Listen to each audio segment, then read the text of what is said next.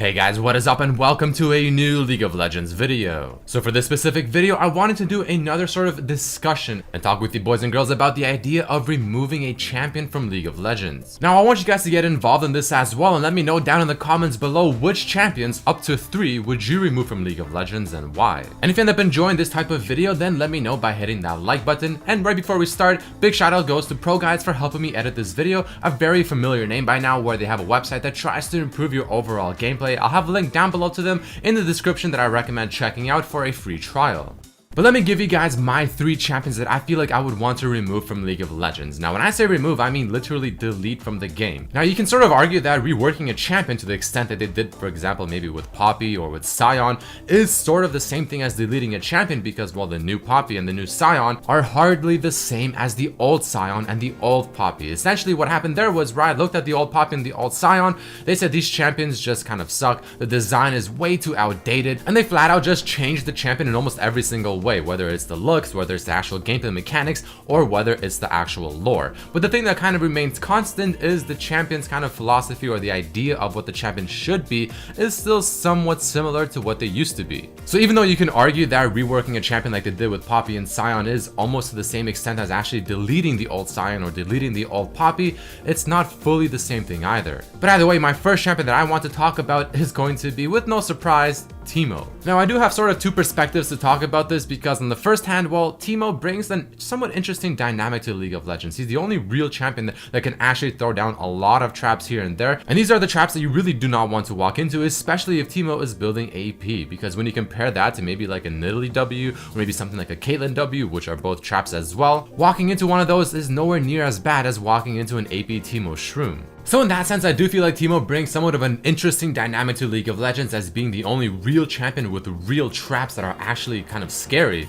But at the same time, whenever you're playing against Teemo and you walk into a late game Teemo Shroom, it has to be one of the most kind of unfun things to happen to you in League of Legends as a whole. Because unless you have your sweeper active, there isn't an actual good way to detect them, so it kind of makes it sort of unfun. And when you're walking away and let's say you just barely got out of a team fight and you're running away and you just happen to walk into a Shroom somewhere behind you and that just ends up killing you, that is just not a fun way to die, and it feels almost helpless to actually avoid it. And I know Riot tends to try and find champions or make champions that are both fun to play and fun to play against, where they're just not simply unhealthy for the game, and there is some form of way to play around them properly. But at the same time, even though there is definitely ways to play around Teemo's ultimate and just overall Teemo and how he works, they aren't really the best ways. And again, it's just really not fun when you walk into a Teemo Shroom and about 1/3 of your HP is just simply gone, and it feels like there's almost nothing you could have done about it.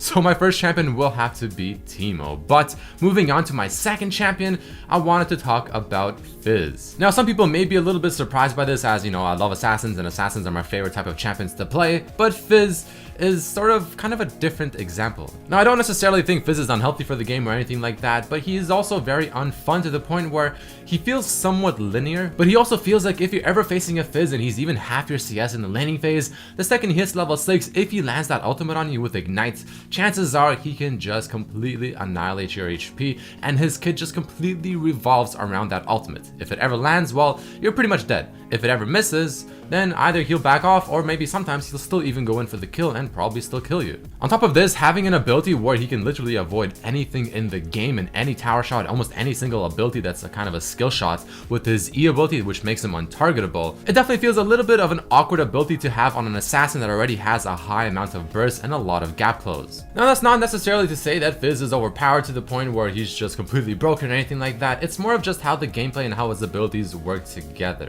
Especially now with his new ultimate where it actually increases in just its overall range and radius with how far you end up throwing it. There have been a lot of times where the ultimate has actually missed me or missed someone, but then it still somehow ends up latching onto them. So it's just another example of whenever you get hit by Fizz ultimate, especially now that it's technically easier to land because it just gets so big, it feels like you're about to die and there is almost nothing you can do about it unless you have a Zhonya's. Especially if you're an ADC, if you don't have QSS, and even if you sometimes get the QSS, it's not always enough. But that combined with the Z ability being able to avoid pretty much almost anything in League of Legends, it just makes for somewhat of an awkward mechanic for an assassin to have. And the fact that it's a regular ability, obviously being his E, it also makes things a little bit even more awkward. Again, this is not to say Fizz is overpowered like any other assassin. If he gets ahead, yeah, he's gonna snowball and he's gonna be two-shotting people more or less left and right. But at the same time, it's just talking about the overall gameplay mechanics and the kit of a champion.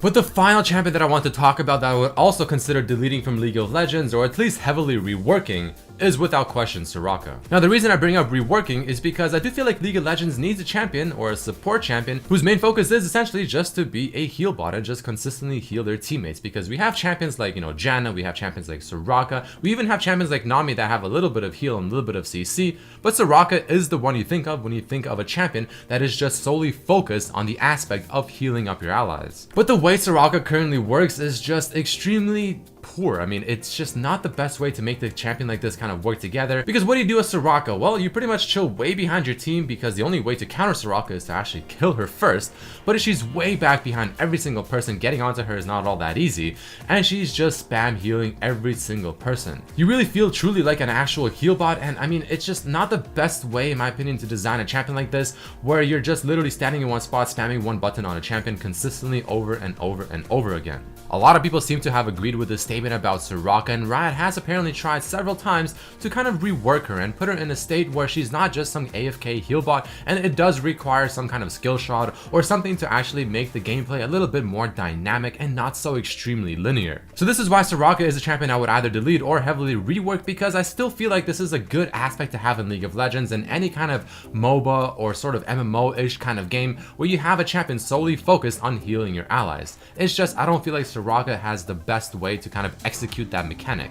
But either way guys, those are my 3 champions that I would either consider deleting and or heavily reworking in League of Legends. I want to hear your opinion about this as well, so make sure to write down in the comments below which champions up to 3 would you remove from League of Legends and why. If you end up enjoying this video, then let me know by hitting that like button. Make sure to check out Pro Guys down in the description below as well, and big shout outs to them once again. Subscribe if you haven't, check out my other videos as well, and I hope to see you for the next one. Peace.